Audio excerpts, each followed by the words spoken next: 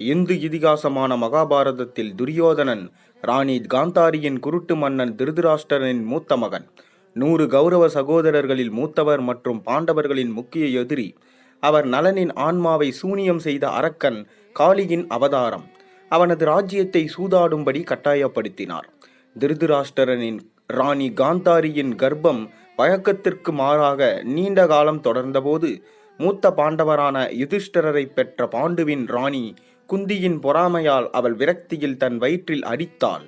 காந்தாரியின் செயல்களால் அவளது வயிற்றிலிருந்து ஒரு கடினமான சாம்பல் நிற சதை உருவானது. காந்தாரி மிகவும் அதிர்ச்சி அடைந்தாள் மற்றும் வருத்தமடைந்தாள். அவள் வியாசரின் வார்த்தைகளை மீட்டெடுக்க 100 மகன்களை பெற்ற மகாமுனிவரை வணங்கினாள். வியாசர் சதை உருண்டதை 100 சம துண்டுகளாக பிரித்து நெய்ப்பானையில் போட்டு 1 வருடத்திற்கு பூமிக்குள் அடைத்து வைக்கிறார். ஆண்டின் இறுதியில் முதல் பானை திறக்கப்பட்டது. துரியோதனன் வெளிப்படுகிறான்.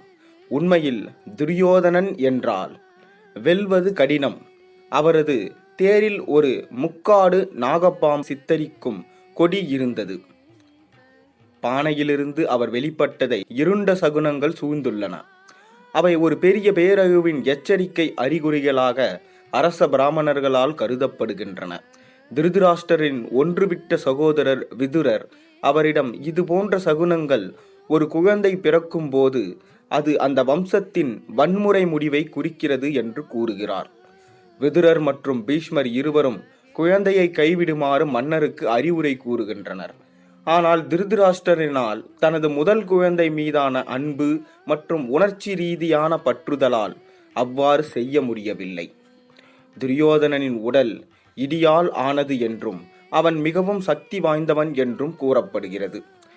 அவர் தனது இளைய சகோதரர்களால், குறிப்பாக துஷாசனரால் மதிக்கப்படுகிறார். தனது குருக்களான கிருபா, துரோணர், பலராமர் ஆகியோரிடம் போர்க்கலைகளை கற்றுக்கொண்ட அவர் சூலாயுதத்தால் மிகவும் வலிமை வாய்ந்தவராகவும் பீமனுக்கு நிகராகவும் இருந்தார். கௌரவ மற்றும் பாண்டவ இளவரசர்கள் தங்கள் பெரியோர்கள், அவர்களின் குருவான துரோணர் மற்றும் ராஜ்யத்தின் மக்கள் ஒரு சிறந்த மற்றும் பிரகாசமான போர் வீரன் முன் தங்கள் திறமைகளை வெளிப்படுத்தியும் தற்காப்பு கண்காட்சியில் கர்ணன் தோன்றி அர்ஜுனை சவால் விடுகிறான். போர் வீரர் இளவரசர்கள், ஆனால் சமமற்றவர்கள் போட்டியிடுவது பொருத்தமற்றது என்பதால் கிருபா தனது சாதியை கண்டறியும்படி கேட்டபோது கர்ணன் குருவான துரோணர் மற்றும் ராஜ்யத்தின் மக்கள் ஒரு சிறந்த மற்றும் பிரகாசமான போர் வீரன் முன் தங்கள் திறமைகளை வெளிப்படுத்தும் தற்காப்பு கண்காட்சியில் கர்ணன் தோன்றி அர்ஜுனை சவால் விடுகிறான். போர் வீரர் இளவரசர்கள், ஆனால் சமமற்றவர்கள் போட்டியிடுவது பொருத்தமற்றது என்பதால் கிருபா தனது சாதியை கண்டறியும்படி கேட்டபோது கர்ணன் அவமானப்படுகிறான். துரியோதனன் உடனடியாக கர்ணனை பாதுகாத்து அர்ஜுனனுக்கு நிகராக கருதப்படுபவர்க்காக அங்காவின் அரசனாக்கினான். கர்ணன் துரியோதனனுக்கு தொடர்ந்த அவமானம் மற்றும் கஷ்டங்களின் மூலத்திலிருந்து துரியோதனன் அவரை மீட்டதால் துரியோதனனிடம் தனது விசுவாசத்தையும் நட்பையும் உறுதியளிக்கிறார். பிறகு கர்ணன் உண்மையில் சூரியனுக்கு பிறந்த குந்தியின் மூத்த மகன் என்பது இருவருக்குமே தெரியாது. இருவருக்கும் இடையே மிகவும் தீவிரமான நட்பு உருவாகிறது. மேலும் துரியோதனன் கர்ணனுடனும் மிகவும் நெருக்கமாகிறான். துரியோதனனிடம் ஒரு நல்ல குணம் இருந்தால் அது அவனது நண்பன் கர்ணனிடம் அவனது ஆழ்ந்த பாசம் என்று சொல்லப்படுகிறது. குருக்ஷேத்திர போரில் கர்ணன் துரியோதனனின் வெற்றிக்காக மிகப்பெரிய நம்பிக்கை. அர்ஜுனனை விட கர்ணன் உயர்ந்தவன் என்றும் அவனையும் அவனது 4 சகோதரர்களையும் தவிர்க்க முடியாமல் அழித்து விடுவேன் என்று அவர் தீவிரமாக நம்புகிறார். துரியோதனனிடம் அர்ப்பணிப்புடன் இருக்கும்போது கர்ணன் தனது திறமைகளை அர்ஜுனனை விட சிறந்ததாக இருந்தாலும் கிருஷ்ணனால் பாதுகாக்கப்படுவதால் அர்ஜுனனை கொல்ல இயலாது என்பதை அறிவான். கர்ணன் கொல்லப்பட்ட போது துரியோதனன் அவன் மரணத்திற்கு ஆழ்ந்த துக்கத்தில் ஆழ்ந்தான். அவரது குடும்பத்தினர் அனைவராலும் விரும்பப்பட்டாலும் துரியோதனனும் அவனது பெரும்பாலான சகோதரர்களும் நல்லொழுக்கத்தையும் கடமைகளையும் பெரியவர்களுக்கு மரியாதையையும் கடைபிடிப்பதில் பாண்டவர்களை விட தாழ்ந்தவர்களாக காணப்படுகிறார்கள். துரியோதனன் பாண்டவர்களின் செலவில் தனது சகோதரியின் குழந்தைகளை உயர்த்த விரும்பினாலும் அவரது தாய்வழி மாமா சகுனியால் வழிகாட்டப்படுகிறார். பாண்டவர்களை அவமானப்படுத்தவும் கொல்லவும் துரியோதனன் பெரும்பாலான சதிகளுக்கு சகுனி சூத்திரதாரி. அஸ்தினாபுரத்தின் சிம்மாசனத்திற்கு யுதிஷ்டர் தனது போட்டியாளர் என்பதை அறிந்த துரியோதனன் குறிப்பாக பாண்டவர்கள் மீது பொறாமை கொள்கிறான். விளையாட்டிலும் திறமையிலும் கௌரவர்கள் மீது ஆதிக்கம் செலுத்தும் பீமன் மீது அவருக்கு ஆழ்ந்த வெறுப்பு ஏற்பட்டது. துரியோதனன் பீமனுக்கு விஷம் கலந்த விருந்து ஊட்டி அவரை கொல்ல முயற்சிக்கிறான். ஆனால் பீமன் அவனது அபாரமான உடல் திறன் மற்றும் வான நாகர்களின் ஆசீர்வாதத்தால் உயிர் பிழைக்கிறான். பின்னர் துரியோதனன் தனது தீய ஆலோசகரான புரோச்னாவுடன் சேர்ந்து பாண்டவர்களை தங்கியிருந்த ஒரு வீட்டை தீக்கிரையாக்க திட்டமிட்டான். புரோச்னா தீயில் கொல்லப்பட்டார். ஆனால் பாண்டவர்கள் தப்பிக்க முடிகிறது.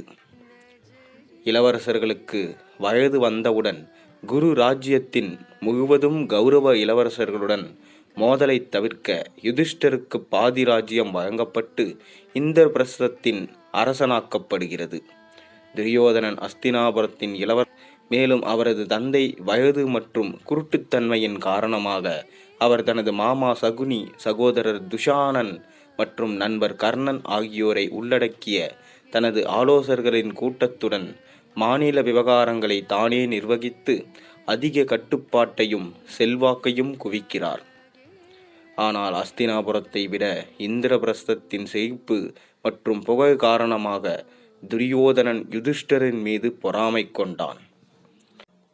யுதிஷ்டிரன் ராஜசூய யாகத்தை உலகிற்கு பேரரசனாக மாற்றும் போது துரியோதனன் தனது கோபத்தை அடக்க முடியவில்லை. யுதிஷ்டிரனின் ராணி திரௌபதி நீதிமன்றத்தில் நீர்குளத்தில் நழுவும் போது அவனை கேலி செய்யும் போது அது தீவிரமடைகிறது. கௌரவர்களால் பாண்டவர்களுடன் போரிட முடியாது என்பதை அறிந்த சகுனி யுதிஷ்டிரனை பகடை விளையாட்டில் தோற்கடித்து அவனது ராஜ்யத்தையும் செல்வத்தையும் கொள்ளையடிக்க ஒரு திட்டம் தீட்டுகிறான். சவாலை எதிர்க்க முடியாமல் யுதிஷ்டிரன் தனது முழு ராஜ்யத்தையும் அவனது செல்வத்தையும் பிறகு அவனது 4 சகோதரர்களையும் அவனது மனைவியையும் சூதாட்டத்தில் ஈடுபடுத்தி ஒருவரை மற்றொருவரை மீட்பதற்காக ஒரு தொடர் சூதாட்டத்தில் ஈடுபட்டார். முதல் முறையாக மன்னன் திருதராஷ்டிரனுடன் விதுரனும் துரியோதனனை மீண்டும் யுதிஷ்டிரனை நிலைநிறுத்த செய்தனர். ஆனால் சதி மீண்டும் நிகழும்போது யுதிஷ்டிரரும் அவனது சகோதரர்களும் தங்கள் ராஜ்யத்தை திரும்பப் பெறுவதற்கு முன் 13 ஆண்டுகள் காட்டில் நாடு கடத்தப்பட வேண்டும் என்று சகுனி நிபந்தனை விதிக்கிறார்.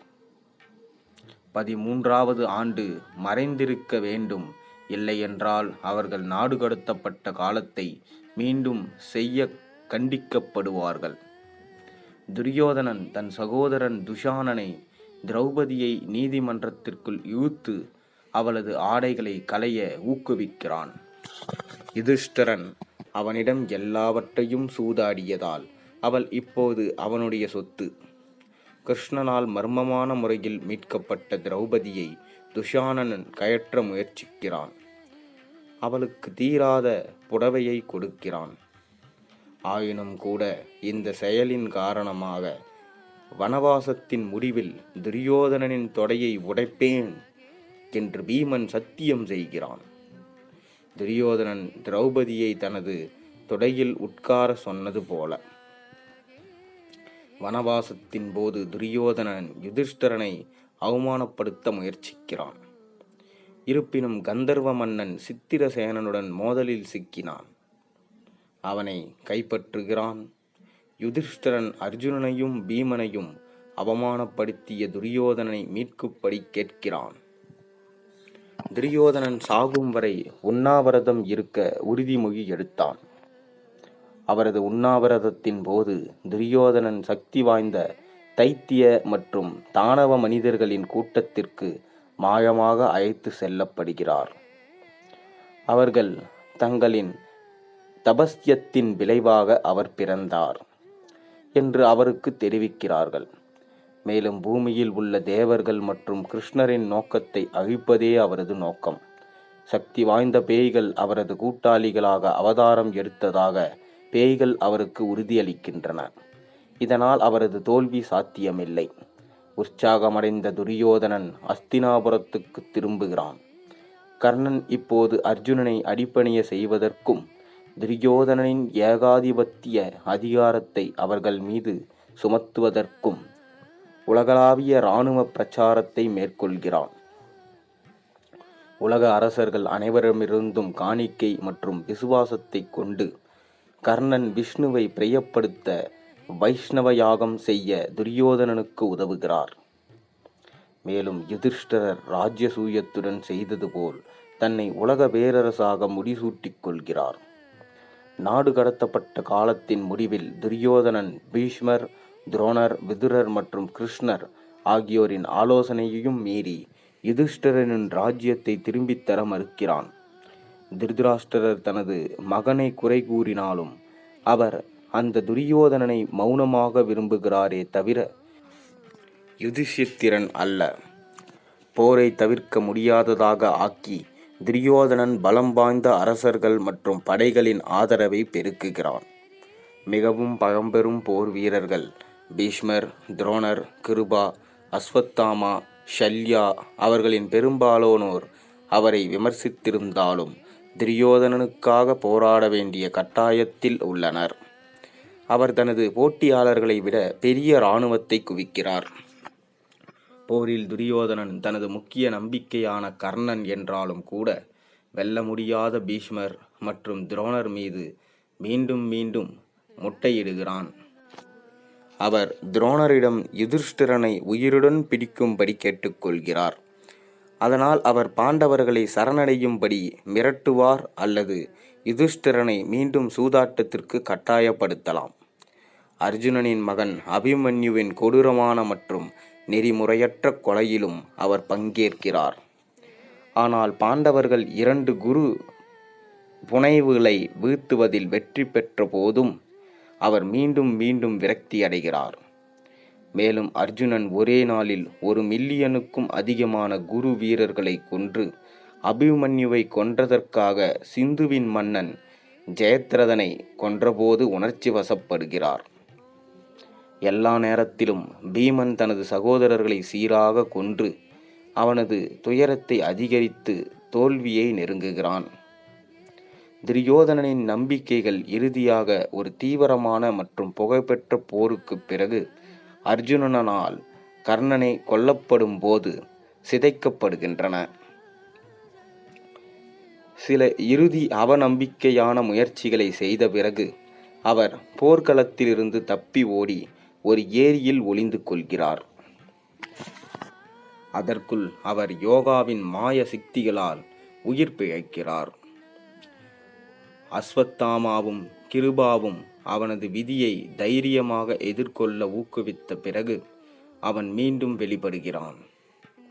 துரியோதனை காப்பாற்றிய தன் மகன்கள் அனைவரும் கொல்லப்பட்டதை கேள்விப்பட்டு காந்தாரி ராணி கலங்குகிறாள். துரியோதனன் துன்மார்க்கன் என்றும் அவனுடைய காரணம் அநியாயமானது என்றும் அறிந்திருந்தும் அவனை வெற்றி பெற செய்ய அவள் முடிவு செய்கிறாள். அவனை குளித்துவிட்டு நிர்வாணமாக தன் கூடாரத்திற்குள் நுழைய சொல்லி பார்வையற்ற கணவனுக்கு மரியாதை நிமித்தம் பல ஆண்டுகளாக கண்களை மூடிக்கொண்டு அவனது உடலை எல்லா பகுதியிலும் தாங்க முடியாதபடி செய்ய தன் கண்களில் பெரும் மாய சக்தியை பயன்படுத்த தயாராகிறாள். ஆனால் ராணியை தரிசித்து விட்டு திரும்பும் கிருஷ்ணன் கூடாரத்திற்கு வரும் நிர்வாண துரியோதனனிடம் ஓடும்போது அவன் தன் தாய்க்கு முன்பாக அவ்வாறு தோன்ற வேண்டும் என்று ஏளனமாக அவனுக்கு அறிவுரை கூறுகிறான். காந்தாரியின் நோக்கத்தை அறிந்த கிருஷ்ணர் கூடாரத்திற்குள் நுழையும் முன் தனது இடுப்பை மூடிக்கொண்டு துரியோதனனை விமர்சிக்கிறார். காந்தாரியின் கண்கள் துரியோதனன் மீது படும்போது அவனுடைய உடலில் ஒவ்வொரு பாகத்தையும் அவர்கள் மாயமாக அழிக்கிறார்கள். துரியோதனன் தன் இடுப்பை மறைத்திருந்ததைக் கண்டு அவள் அதிர்ந்தாள். அது அவளுடைய மாய சக்தியால் பாதுகாக்கப்படவில்லை. அவர் பாண்டவ சகோதரர்களையும் கிருஷ்ணரையும் தனியாக எதிர்கொள்ளும் போது யுதிஷ்டரன் பாண்டவர்களின் யாரையும் ஒருவருக்கு ஒருவர் எதிர்த்து போரிடும் வாய்ப்பை அவருக்கு வழங்குகிறார். அந்த பாண்டவரை அவர் தோற்கடித்தால் பரந்த போரில் வெற்றி பெற்றாலும் யுதிஷ்டரர் துரியோதனனிடம் ராஜ்யத்தை ஒப்படைப்பார். பெருமிதத்தில் துரியோதனன் தனது பரம எதிரியான பீமனை தேர்ந்தெடுக்கிறான். மற்ற பாண்டவ சகோதரர்கள் எவருக்கும் பதிலாக சூதாடியுடன் போரிடுவதில் தனது திறமையால் மூழ்கியிருப்பார். இருவரும் விதிவிலக்கான உடல் வலிமையை கொண்டிருந்தனர் மற்றும் பலராமரின் கீழ் கதாயுத சண்டை மற்றும் மல்யுத்தம் ஆகியவற்றில் ஒரே அளவிலான வீரம் பெற்றனர். பல நாட்கள் நீண்ட மற்றும் கொடூரமான போருக்கு பிறகு துரியோதனன் பீமனை சோர்வடையத் தொடங்குகிறான். இந்த சமயத்தில் சண்டையை கவனித்துக் கொண்டிருக்கும் கிருஷ்ணர் பீமனிடம் சைகையை செய்து துரியோதனனின் தொடையை நசுக்க செய்த சத்தியத்தை நினைவுபடுத்துகிறார். பீமன் துரியோதனை கதாயுதத்தால் கடுமையாக தாக்கி காந்தாரியின் ஆசீர்வாதத்தால் பாதுகாக்கப்படாத அவனது தொடையில் அடிக்கிறான். இறுதியில் துரியோதனன் படுகாயமடைந்து கீழே விழுந்தான். துரியோதனன் அநியாயமான முறையில் தான் கொல்லப்பட்டதாக புலம்பினாலும் இடுப்பிற்கு கீழே தாக்குதல் நடத்துவது சட்டவிரோதமானது என்று துரியோதனன் புலம்பினாலும் திரௌபதியை அவமானப்படுத்தியது, கொலை சதித்திட்டம் மற்றும் பாண்டவர்களை ஏமாற்றியதை இறக்கும் இளவரசியிடம் கிருஷ்ணர் சுட்டிக்காட்டுகிறார். மேலும் அபிமன்யுவை கொன்றது தர்மம் அல்லது போர் விதிமுறைகளுக்கு இணங்கவில்லை. துரியோதனன் தன் வாழ்நாளில் ஒருமுறை கூட மத விழுமங்கள் தன்னை காக்கும் என்று நம்புவது பயனற்றது. துரியோதனன் மெதுவாக இறந்து பாண்டவர்களால் தகனம் செய்யப்பட்டான். யுதிஷ்டரர் சொர்க்கத்துக்கு ஏறிய போது அங்கு துரியோதனன் சிம்மாதனத்தில் இருப்பதை காண்கிறார். துரியோதனன் தன் பாவங்கள் செய்தாலும் சொர்க்கத்தில் ஒரு இடத்தை அனுபவித்துக் கொண்டு இருக்கிறான் என்று அவன் கோபமாக இருக்கிறான். ஆனால் இந்திரன் அவனிடம் நரகத்தில் இருந்த நேரத்தையும் நல்ல மற்றும் சக்தி வாய்ந்த அரசனாக இருந்ததையும் விளக்குகிறான். என்னதான் பாவங்கள் துரியோதனன் செய்தாலும் கடைசியில் அவன் சொர்க்கத்துக்கு சென்றான்.